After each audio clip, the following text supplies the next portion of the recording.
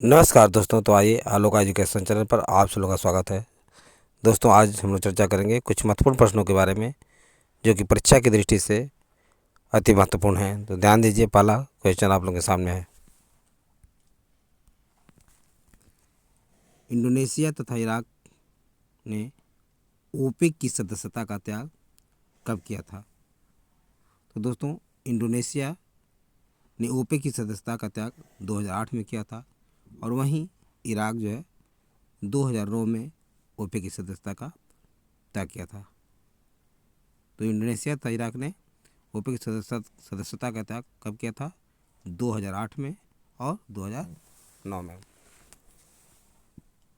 दक्षिण अमेरिका के कौन से देश ओपेक के सदस्य नहीं हैं? तो दक्षिण अमेरिका के वेनेजुएला एवं इक्वाडोर जो है दो ऐसे देश हैं जो कि ओपेक के सदस्य नहीं हैं।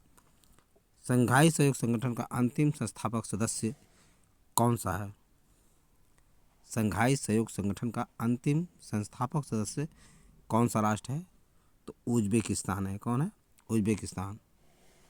अंतर्राष्ट्रीय संगठन का दर्जा 7 जून 2002 को प्राप्त हुआ। उज्बेकिस्तान को अंतर्राष्ट्रीय, ध्यान रखिए, अंतर्राष्ट्रीय संगठन का दर्जा 7 जून 2002 को प्राप्त हुआ। वहीं बात करें ब्रिक्स के सम्मेलन में दक्षिण अफ्रीका को शामिल करने का निर्णय लिया गया। तो ब्रिक्स के सम्मेलन में दक्षिण अफ्रीका को शामिल करने का निर्णय लिया गया था दूसरे सम्मेलन 2010 में, यानी ब्राज़ील में यह सम्मेलन हुआ था 2010 में, जिसमें दक्षिण अफ्रीका को शामिल करने का निर्णय लिया गया था। संसार का वह कौन सा संगठन है जो विश्व की लगभग 40% आबादी, 26% भूभाग एवं 28% जीडीपी को निर्धारित करता है? तो ब्रिक्स है। कौन है? ब्रिक्स है। ब्रिक्स दोस्तों संसार का वह संगठन है जो विश्व की लगभग 40% आबादी और 26% भूभाग और 28% जीडीपी को निर्धारित करता है। नेक्स्ट, विश्व बैंक समूह के किस संस्था का भारत सदस्य नहीं है? तो ध्यान रखिए दोस्तों, विश्व बैंक समूह के किस संस्था का इंडिया जो सदस्य नहीं है? ICSID। IMF का प्रमुख प्रबंधक निदेशक किस यूरोपीय को भी बनाया जा सकता है? विश्व बैंक का तात्पर्य IBRD एवं IDA से है। इसका अध्यक्ष पद किसी अमेरिकी के लिए ही सुरक्षित रहता है। ये बातें ध्यान रखिए। एशियाई विकास बैंक ADB का अध्यक्ष भी परंपरा से कोई जापानी नियुक्त होता है। ये बातें ध्यान रखिए। विश्व बैंक समूह के किस संस्था का भारत सदस्य नहीं है? तो ICSID का भारत सदस्य नहीं है। नोट है, ये बातें ध्यान रखिए। IMF का प्रमुख प्रबंधक निदेशक किसी यूरोपीय को ही बनाया जाता है, अन्य कोई महाद्वीप का व्यक्ति नहीं बनता, बल्कि केवल यूरोपीय ही बनाया जाता है। वहीं बात करें विश्व बैंक का तात्पर्य है IBRD एवं IDA से। इसका अध्यक्ष पद किसी अमेरिकी को ही बनाया जाता है। IMF का प्रमुख प्रबंधक किसी यूरोपीय व्यक्ति को बनाया जाता है। वहीं IBRD एवं IDA इसका अध्यक्ष किसी अमेरिकी को ही सुरक्षित किया जाता है, बनाया जाता है। एशियाई विकास बैंक ADB का अध्यक्ष भी परंपरा से कोई जापानी नियुक्त होता है। ये बातें बहुत ही पॉइंट युक्त हैं, इसलिए जो है कि आप लोग इसे ध्यान में बनाए रखें। यानी IMF का प्रमुख प्रबंधक निदेशक विश्व बैंक, IMF का प्रमुख प्रबंधक निदेशक किसी यूरोपीय को बनाया जाता है। वहीं विश्व बैंक का जो है किसी अमेरिकी को बनाया जाता है और एशियाई विकास बैंक का अध्यक्ष जो है किसी जापानी को ही नियुक्त किया जाता है। सार्क कृषि केंद्र कहाँ स्थापित किया गया है? तो ढाका, बांग्लादेश में। सार्क कृषि केंद्र कहाँ स्थापित किया गया है? ढाका में किया गया है, ये बांग्लादेश में है। सार्क मानव संसाधन विकास केंद्र स्थित है कहाँ पे? इस्लामाबाद में। सार्क कृषि केंद्र ढाका बांग्लादेश में है। वहीं सार्क मानव संसाधन विकास केंद्र जो है इस्लामाबाद पाकिस्तान में स्थित है। नेक्स्ट, देश के प्रथम मुस्लिम मुख्य चुनाव आयुक्त कौन थे? डॉक्टर शहाबुद्दीन याकूब कुरैशी। इस प्रश्न पर विशेष ध्यान दें। देश के प्रथम मुस्लिम मुख्य चुनाव आयुक्त, देश के प्रथम मुस्लिम मुख्य चुनाव आयुक्त जो है कौन थे? डॉक्टर शहाबुद्दीन याकूब कुरैशी देश के प्रथम मुस्लिम मुख्य चुनाव आयुक्त थे। भारत के प्रथम महिला मुख्य चुनाव आयुक्त कौन थी? तो श्रीमती BS रमा देवी दोस्तों भारत के प्रथम महिला मुख्य चुनाव आयुक्त थी। भारत के प्रथम महिला मुख्य चुनाव आयुक्त श्रीमती BS रमा देवी। किस संविधान संशोधन द्वारा केंद्रीय मंत्रिमंडल के आकार का लोकसभा की कुल सदस्य संख्या का 15% तक सीमित कर दिया गया था? तो 91वें संविधान संशोधन के द्वारा दोस्तों ध्यान रखिए, लोकसभा यानी केंद्रीय मंत्रिमंडल के आकार का लोकसभा की कुल सदस्य संख्या का 15% तक सीमित कर दिया गया था। आगे बात करते हैं, कौन सा अनुच्छेद संसद द्वारा किसी नई व्यवस्था के न किए जाने पर 15 वर्षों के उपरांत अंग्रेजी को संसदीय भाषा के रूप में छोड़ने की व्यवस्था करता है? तो यह अनुच्छेद 120(2) है। अनुच्छेद 120(2) द्वारा संसद किसी नई व्यवस्था के न किए जाने पर 15 वर्षों, कितने वर्षों पूछता, कितने वर्षों? 15 वर्षों के उपरांत अंग्रेजी को संसदीय भाषा के रूप में छोड़ने की व्यवस्था करता है। नेक्स्ट, किस संविधान संशोधन द्वारा 2003 में शिक्षा के अधिकार से संबंधित अनुच्छेद 21A संविधान में जोड़ा गया? तो 86वें संविधान संशोधन के द्वारा। 86वें संविधान संशोधन के द्वारा दोस्तों जो है 2003 में शिक्षा के अधिकार से संबंधित अनुच्छेद 21A संविधान में जोड़ा गया। ये बातें ध्यान रखिए। 99वें संविधान संशोधन विधेयक किससे संबंधित है? तो ध्यान रखिए दोस्तों, ये राष्ट्रीय न्यायिक नियुक्ति आयोग से संबंधित है। किसी भी BPL परिवार का वयस्क सदस्य किसके अंतर्गत लाभ प्राप्त करने का पात्र होता है? तो महात्मा गांधी राष्ट्रीय गारंटी रोजगार गारंटी अधिनियम के द्वारा किसी भी BPL परिवार का वयस्क सदस्य इसके अंतर्गत लाभ प्राप्त करने का पात्र होता है। आगे बात करते हैं, संविधान के किस अनुच्छेद के अंतर्गत लोकसभा आयोग के सदस्य को राष्ट्रपति द्वारा हटाया जा सकता है? तो अनुच्छेद 317। अनुच्छेद 317 के तहत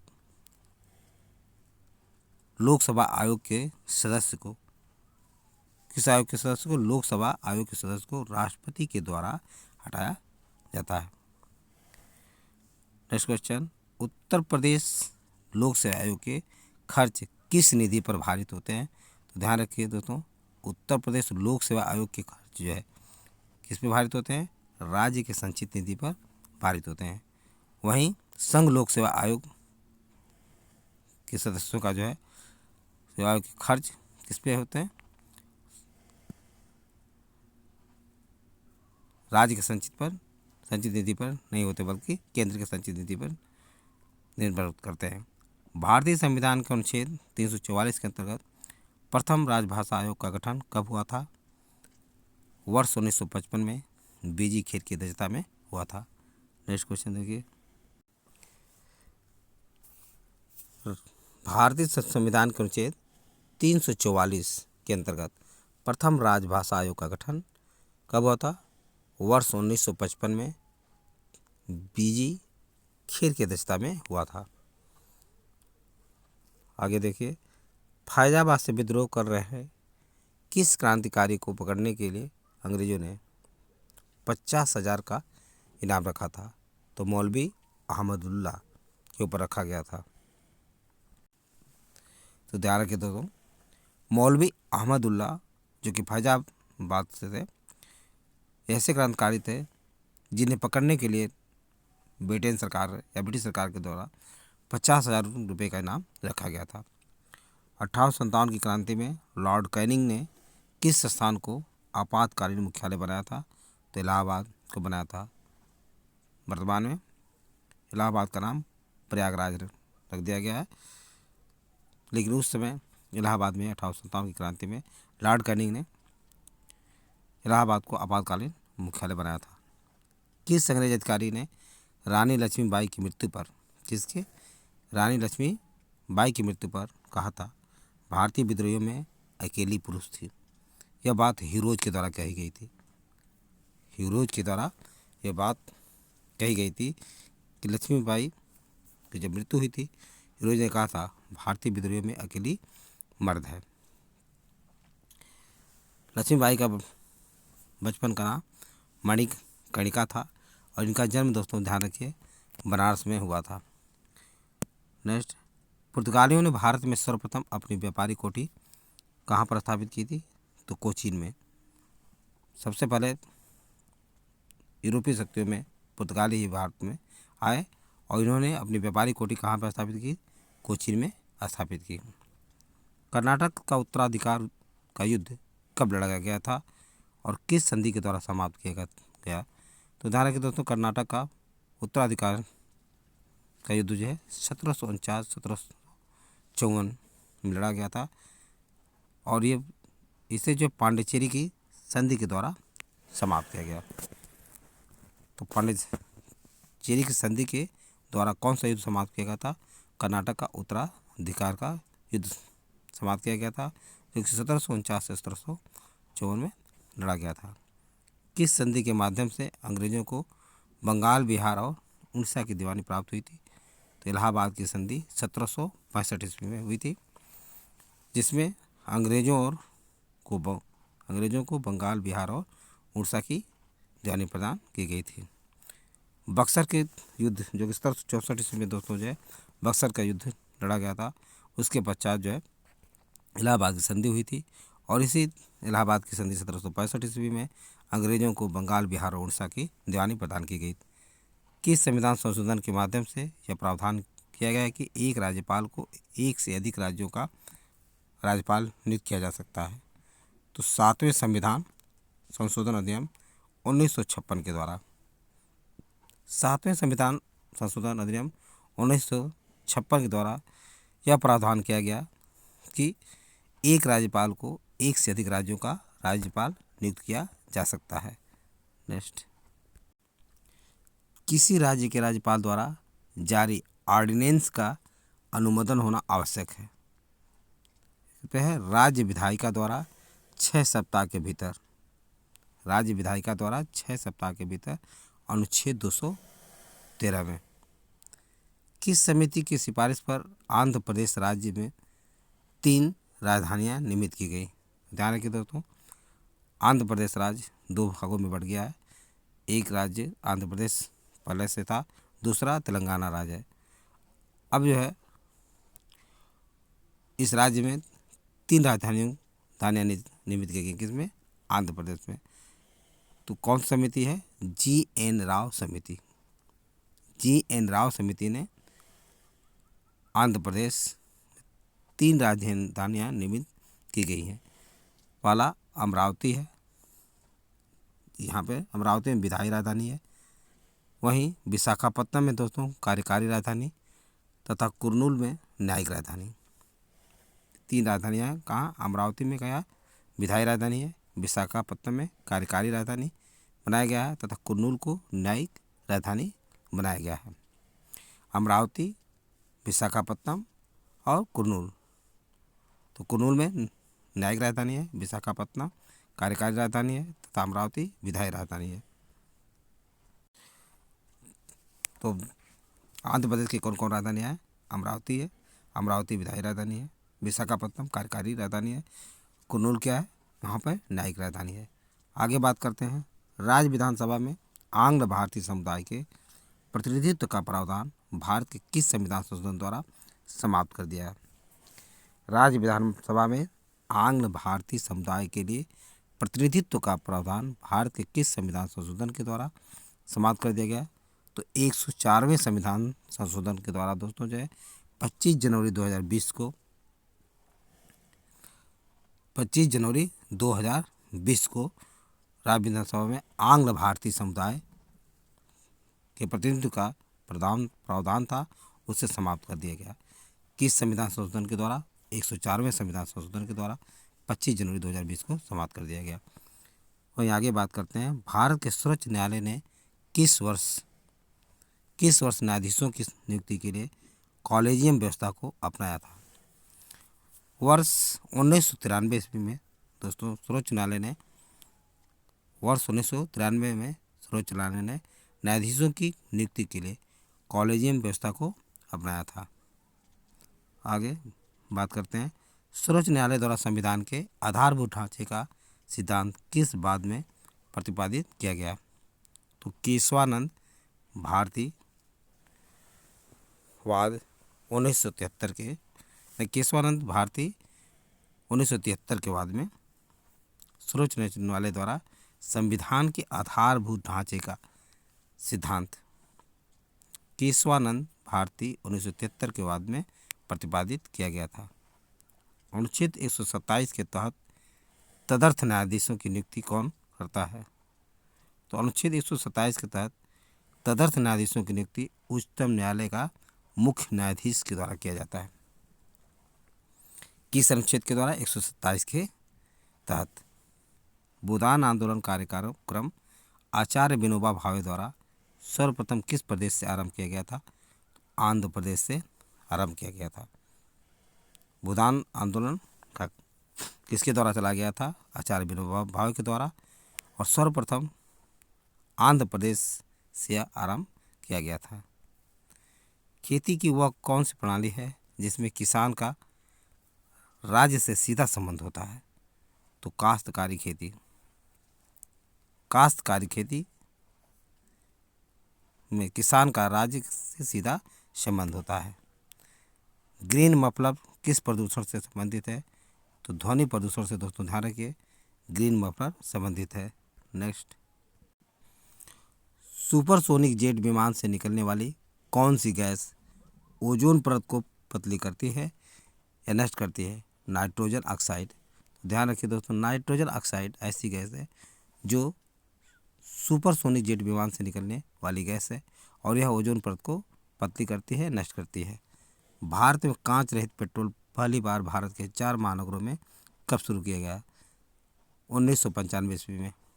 भारत में 1995 ईस्वी में कांच रहित पेट्रोल पहली बार भारत के 4 महानगरों में शुरू किया गया।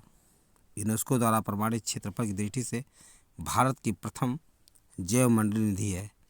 भारत की प्रथम जैव मंडलीय निधि कौन सी है? मन्नार की खाड़ी, जो कि तमिलनाडु में है। मन्नार की खाड़ी तमिलनाडु में यूनेस्को द्वारा प्रमाणित क्षेत्रफल की दृष्टि से भारत की प्रथम जैव मंडलीय निधि है। एलिफेंट ग्रास किस बायोम की प्रमुख घास है? तो सवाना बायोम की प्रमुख घास जो है एलिफेंट ग्रास है, जिसे हाथी घास भी कहा जाता है। विश्व की सबसे पुरानी व विकसित नहर व्यवस्था कौन सी है? तो विश्व की सबसे पुरानी एवं विकसित नहर व्यवस्था जिसका निर्माण गंगा सिंह ने कराया था और यह 1927 में करवाया गया था, यह नहर है गंग नहर। कौन है? गंग नहर है, और गंग नहर के निर्माण गंगा सिंह के द्वारा की गई थी। कब? 1927 में किया गया था। भारत में विद्यमान भूवैज्ञानिक संरचनाओं का प्राचीनतम से नवीनतम की ओर सही क्रम है। भारत में विद्यमान भूवैज्ञानिक संरचनाओं का प्राचीनतम से नवीनतम की ओर का सही क्रम है धारवाड़, कुडप्पा, विंध्यन और गोंडवाना। धारवाड़, कुडप्पा, विंध्यन और गोंडवाना भूवैज्ञानिक संरचनाओं का प्राचीनतम से नवीनतम, यानी प्राचीन से लेकर सबसे पुराने से लेकर नवीन की तरफ जो है ये सही क्रम है। सबसे प्राचीन धारवाड़ है, दूसरा कुडप्पा है, तीसरा विंध्यन है और गोंडवाना जो है सबसे नवीन क्षेत्र है। भारत के शीर्ष 5 तटरेखा राज्य कौन से हैं? भारत के शीर्ष 5 तटरेखा राज्य हैं गुजरात, आंध्र प्रदेश, तमिलनाडु, महाराष्ट्र एवं केरल। गुजरात, आंध्र प्रदेश, तमिलनाडु, महाराष्ट्र एवं केरल, ये भारत के शीर्ष 5 तटरेखा राज्य हैं, ये समुद्र के किनारे स्थित राज्य हैं।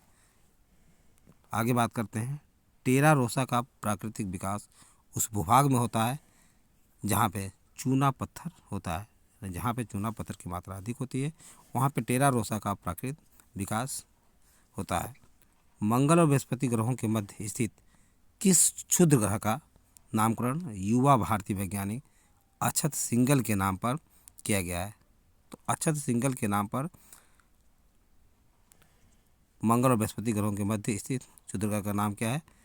क्षुद्र ग्रह 12599 12599 क्षुद्र ग्रह है, जो कि मंगल और बृहस्पति के मध्य स्थित है। यह जो है भारतीय वैज्ञानिक अक्षत सिंगल के नाम पर इसका नामकरण किया गया है।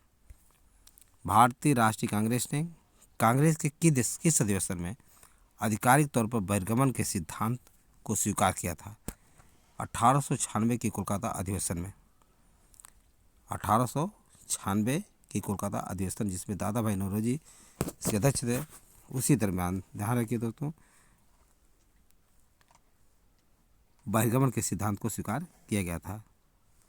नेक्स्ट, अजमुल्ला खान जिन्हें क्रांति दूत के नाम से जाना जाता है वह किसके सलाहकार थे?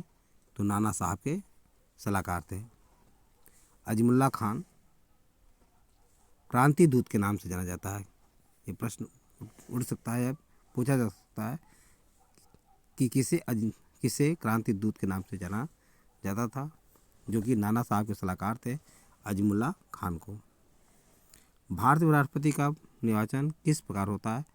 तो भारत में राष्ट्रपति का निर्वाचन दोस्तों अप्रत्यक्ष मतदान से होता है, जिसमें लोकसभा तथा राज्यसभा के सदस्य एवं विधान सभा के सदस्य शामिल होते हैं। नेक्स्ट देखिए, आगे बात करते हैं। भारत के राष्ट्रपति चुने जाते हैं किसके द्वारा? राज्यसभा, लोकसभा और राज्यों की विधानसभाओं के निर्वाचित सदस्यों के द्वारा भारत के राष्ट्रपति चुने जाते हैं। वहीं पे उपराष्ट्रपति लोकसभा और राज्यसभा के सदस्यों द्वारा चुने जाते हैं। भारत के राष्ट्रपति के उम्मीदवार के प्रस्ताव का अनुसमर्थन किया जाना चाहिए। कम से कम कितने होने चाहिए? 50 निर्वाचकों के द्वारा जो है भारत के राष्ट्रपति के उम्मीदवार के प्रस्ताव का अनुसमर्थन किया जाता है। राष्ट्रपति के निर्वाचन में राज्य का मुख्यमंत्री मतदान करने के लिए पात्र नहीं होता है यदि वह राज्य विधानमंडल में उच्च सदन का सदस्य हो। राज्य विधानमंडल में उच्च सदन का सदस्य यानी विधान परिषद का सदस्य हो तो मुख्यमंत्री जो है राष्ट्रपति के निर्वाचन में मत देने का अधिकारी नहीं होगा। एक संसद अथवा विधानसभा का सदस्य राष्ट्रपति निर्वाचित हो सकता है। निर्वाचित होने के तुरंत उपरांत अपनी सदस्यता छोड़नी होगी। एक संसद अथवा विधानसभा का सदस्य राष्ट्रपति निर्वाचित हो सकता है, परंतु ये बात ध्यान रखिए कि निर्वाचित होने के तुरंत बाद अपनी सदस्यता छोड़नी होगी। नेक्स्ट क्वेश्चन, भारतीय संविधान का कौन सा अनुच्छेद राष्ट्रपति के पद के लिए पुनः निर्वाचन की योग्यता निर्धारित करता है? अनुच्छेद 57 में यह वर्णित है दोस्तों कि राष्ट्रपति के पद के लिए पुनः निर्वाचन की योग्यता इसमें निर्धारित की गई है। यदि भारत के राष्ट्रपति के चुनाव में कोई विवाद है तो उस विवाद को सौंपा जा सकता है। यदि ध्यान रखिए दोस्तों, यदि भारत के राष्ट्रपति के चुनाव में किसी प्रकार का कोई विवाद उत्पन्न होता है तो उस विवाद को कहाँ सौंपा जाता है? तो भारत के सर्वोच्च न्यायालय को ये सौंपा जाता है, यानी भारत के सर्वोच्च न्यायालय इसका निर्णय देता है। राष्ट्रपति 5 वर्ष तक अपने पद पर रहता है, अपने पद ग्रहण के दिन से। यह तिथि तब शुरू होती है जब राष्ट्रपति अपने पद ग्रहण करता है। नेक्स्ट, भारत के राष्ट्रपति अपना त्यागपत्र किसको संबोधित करके देता है? तो भारत के राष्ट्रपति अपना त्यागपत्र उपराष्ट्रपति को संबोधित करके देता है। भारत के राष्ट्रपति को उसके पद से हटाया जा सकता है संसद के द्वारा। भारत के राष्ट्रपति को उसके पद से तभी हटाया जा सकता है किसके द्वारा? संसद के द्वारा हटाया जा सकता है। महाभियोग के माध्यम से संसद जो है भारत के राष्ट्रपति को उसके पद से हटा सकती है। नेक्स्ट, भारत के राष्ट्रपति को कार्य अवधि की समाप्ति से पूर्व पद से हटाया जा सकता है। महाभियोग के द्वारा। अभी हमने चर्चा किया कि महाभियोग के द्वारा ही भारत के राष्ट्रपति को उसके पद से हटाया जा सकता है और यह कार्य संसद कर सकती है। राष्ट्रपति पर महाभियोग का आरोप संसद के किस सदन द्वारा लगाया जा सकता है? तो राष्ट्रपति पर महाभियोग का आरोप है संसद के किसी भी सदन द्वारा लगाया जा सकता है। भारत के राष्ट्रपति पर महाभियोग चलाने के लिए कम से कम कितने दिन पूर्व की सूचना आवश्यक है? तो ये बात ध्यान रखिए दोस्तों, जब भी भारत के राष्ट्रपति पर महाभियोग चलाने की बात की जाती है तो ये बात 14 दिन पूर्व जो है सूचना देनी चाहिए। यानी भारत के राष्ट्रपति पर महाभियोग चलाने के लिए कम से कम कितने दिन पूर्व की सूचना आवश्यक है? तो 14 दिन पूर्व की सूचना की आवश्यकता होती है। निम्न में से कौन सा भारत के राष्ट्रपति के निर्वाचन गण का तो भाग है परंतु उसके महाभियोग अधिकरण का भाग नहीं है? तो राज्यों की विधानसभा है। भारत के राष्ट्रपति के निर्वाचन गण का तो भाग हैं राज्यों की विधानसभाएं हैं परंतु उसकी महाभियोग अधिकरण में भाग नहीं लेती। यदि मृत्यु, त्यागपत्र अथवा हटाए जाने की स्थिति में भारत के राष्ट्रपति का पद रिक्त हो जाए तो उस पद का कार्यभार कौन संभालेगा? उपराष्ट्रपति संभालेगा। नेक्स्ट, भारत का कार्यपालिका अध्यक्ष कौन होता है? भारत का कार्यपालिका अध्यक्ष राष्ट्रपति होता है। भारत का कार्यपालिका अध्यक्ष राष्ट्रपति होता है। तो सारे प्रमुख तथ्य आप लोगों को समझ में आ गया होगा। यदि वीडियो अच्छा लगा हो तो सब्सक्राइब और लाइक अवश्य करें तथा अपने सगे समझे दोस्तों को शेयर करना ना भूलें। थैंक यू दोस्त, नेक्स्ट वीडियो मिलेंगे।